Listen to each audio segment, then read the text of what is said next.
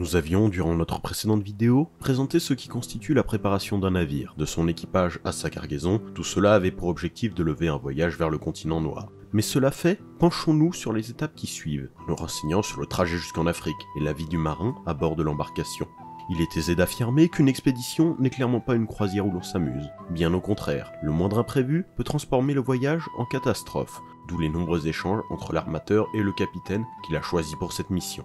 Car, dans le cas des navires battant pavillon français, le voyage en Afrique se fait majoritairement vers la Guinée, où plusieurs comptoirs sont installés. Ainsi, l'expédition négrière traite dans la zone de monopole de la Compagnie des Indes et doit s'attendre à des règles particulières concernant la navigation et les dangers. Pour atteindre cette première destination, le voyage peut s'avérer rude et le navire doit suivre un itinéraire bien défini. En effet, si l'on se réfère au livre de Pierre Pluchon, La route des esclaves, chaque capitaine recevait des instructions claires quant au déroulé de l'expédition.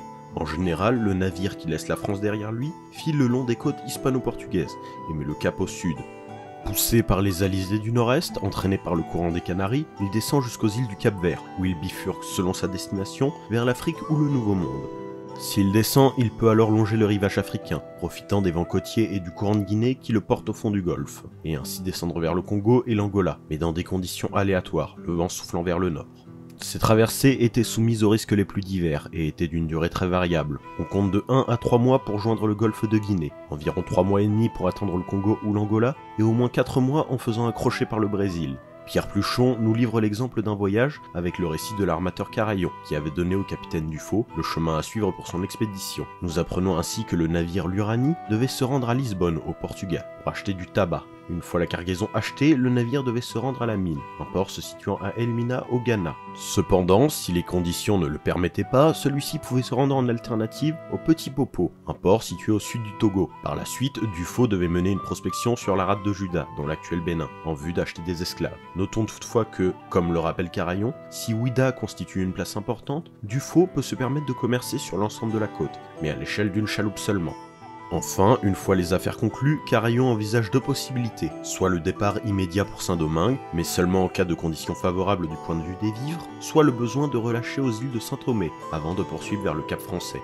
Dans les faits, on peut supposer que c'est cette seconde option qui est la plus fréquente. En effet, les nombreuses sources écrites, qu'il s'agisse de journaux rédigés par le capitaine ou de récits de voyage comme celui de Jean de Léry, tous nous informent sur la difficulté de se rendre immédiatement vers Saint-Domingue depuis le Ghana, en raison des courants contraires. Mais surtout, ces témoignages nous informent sur la situation particulière du capitaine, qui se retrouve maître à bord et qui peut, par sa situation, décider de manière libre de la route à suivre et appliquer ou non les ordres de son armateur. Ce constat sur l'autonomie en mer vaut pour l'ensemble de la période moderne, et même pour le début du 19e siècle. Un second point à évoquer, outre la liberté accordée au capitaine, ce sont les difficultés très présentes. Il suffit de lire le journal de Nicolas Baudin pour s'en convaincre. Ce dernier s'était rendu jusqu'en Australie pour une expédition scientifico-militaire débutée en 1800 et finie en 1803. 3 années de périple particulièrement difficiles en raison des tempêtes, des tensions au sein de l'état-major et surtout des conditions de vie exécrables voire gravissimes lors du manque de vivres qui pouvait arriver très vite en cas d'absence d'îles de relâche sur lesquelles se ravitailler. Beaucoup de ces problèmes que connut Baudin trouvent leur origine dans ce qui est probablement la pire chose qui puisse arriver lors d'une expédition, l'absence de vent. À l'absence de vent, ajoutons les risques liés au manque de précision des instruments de navigation, comme l'horloge marine qui entraînait des retards et un séjour en mer prolongé. Ces délais aux causes multiples mettaient les rations à rude épreuve et poussaient les marins à prendre des décisions radicales, comme abattre les animaux ou recourir à l'anthropophagie. Ce dernier cas nous renseigne sur les risques du voyage et nous permet d'évoquer l'alimentation des vagabonds des mers. L'alimentation varie que l'on appartient ou non à l'état-major. Le premier bénéficie d'un régime privilégié, il boit du vin et de l'eau de vie de qualité et mange des vivres frais. À cette fin, on emporte, malgré l'interdiction administrative, des cages bourrées de poules, d'indes, canards, oies et aussi 1 ou 2 porcs et quelques moutons. Ce bétail attend sa dernière heure dans la chaloupe et la barque de transport, transformée pour l'occasion en garde-manger vivant. Enfin, des desserts et des charcuteries agrémentent un ordinaire fort correct. A l'inverse, les matelots reçoivent chaque jour un demi-kilo de biscuits, 3/4 de vin allongé d'autant d'eau, et ont droit hebdomadairement à 4 repas de viande, à base de bœuf ou de lard salé, 3 repas de morue salée ou de poisson séché, et 7 repas de légumes, fèves, riz, arrosés de bouillon et d'huile d'olive.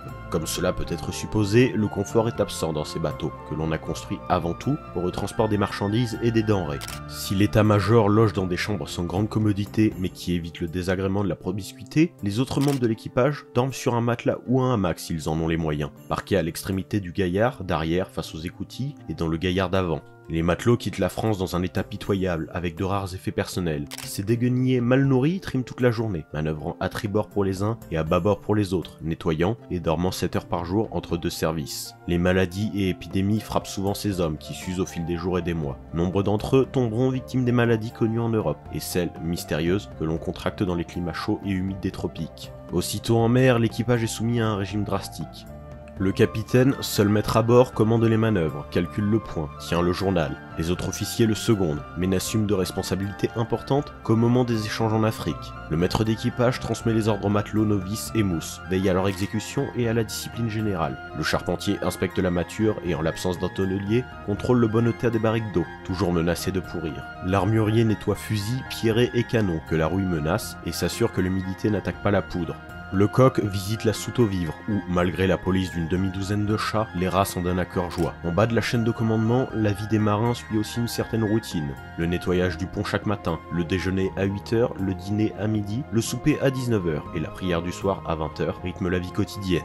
L'humeur des éléments, des incidents ou des accidents rompt l'apparente régularité des journées. Pour essayer d'éviter cela, on suit le trajet prévu par le capitaine et l'armateur. L'Espagne étant vue, on passe le cap Portugal, en direction de Madère et des Canaries. Autour des îles Atlantiques, on surveille l'horizon. Dès qu'apparaît un bâtiment suspect, on hisse les voiles pour éviter une fâcheuse rencontre avec les Salétains, pirates du Maroc, notamment du port de Salé ou d'Alger. Tant que le danger n'a pas disparu, tous les hommes montent la garde à leur poste, canons, pierrets, fusils et pistolets bien chargés. C'est ici qu'apparaît un autre danger des expéditions maritimes, les pirates. L'armement embarqué dépend de chaque navire. Certains bateaux comptent 2 canons, là où d'autres en comptent une trentaine. Ceux-ci ne sont pas exclusivement destinés à l'attaque ou à la défense. Si nous reprenons le journal de Nicolas Baudin, on sait que les canons servaient aussi de moyen de communication, peu comme le klaxon d'une Fiat Punto. Mais l'armement n'empêche pas les attaques ni les pillages. En janvier 1740, en vue des Canaries, le capitaine Joubert, commandant le Monarque, n'est pas assailli par les barbaresques, mais par un fort banc anglais qui lui pille toutes ses vivres. Ainsi, pour éviter les fréquentations dangereuses, les voiliers se tiennent à une distance respectueuse des côtes. Parfois, ils relâchent à Madère ou aux Canaries pour réparer les avaries qu'une tempête leur a infligées, mais bien souvent, les arrêts ne se font qu'en ultime recours. La preuve en étant les écrits de Dufaux, qui, en 1786, avait connu les déconvenus des changements d'humeur de la météo. Il note dans son journal « Tempête, voile déchiré, fort roulis, mât brisé », prouvant, s'il le fallait, les dangers des tempêtes pour les marins. Le lendemain de ce désastre, plutôt que de faire escale, tout l'équipage s'affairait déjà sur le pont, que le navire continue sa route sans faire d'arrêt, afin de ne pas engendrer des frais qui alourdiraient le bilan de l'expédition. Mais bien loin de tous ces malheurs, la traversée ne réserve pas que des mésaventures ou des catastrophes. Elle offre aussi des moments agréables et précieux. Ces jours-là sont ceux où une pêche fructueuse permet aux matelots de manger la chair d'un thon frais, de dorade ou de bonite. Ce sont aussi les jours où l'on croise un navire marchand. Alors, chaque capitaine met une embarcation à la mer. On se rend visite, on boit, on mange ensemble et on parle de choses sérieuses autant que l'on échange des informations ou même des courriers destinés à l'Europe. Le trajet vers l'Afrique est ainsi toute une aventure pour les marins et une expédition est un objectif difficile qui demande préparation et expérience. Mais cela n'est que la première partie du voyage. Une fois les côtes de Guinée en vue, la seconde partie débute, et les raisons mêmes de l'expédition prennent le pas sur tout le reste. La traque négrière peut ainsi débuter.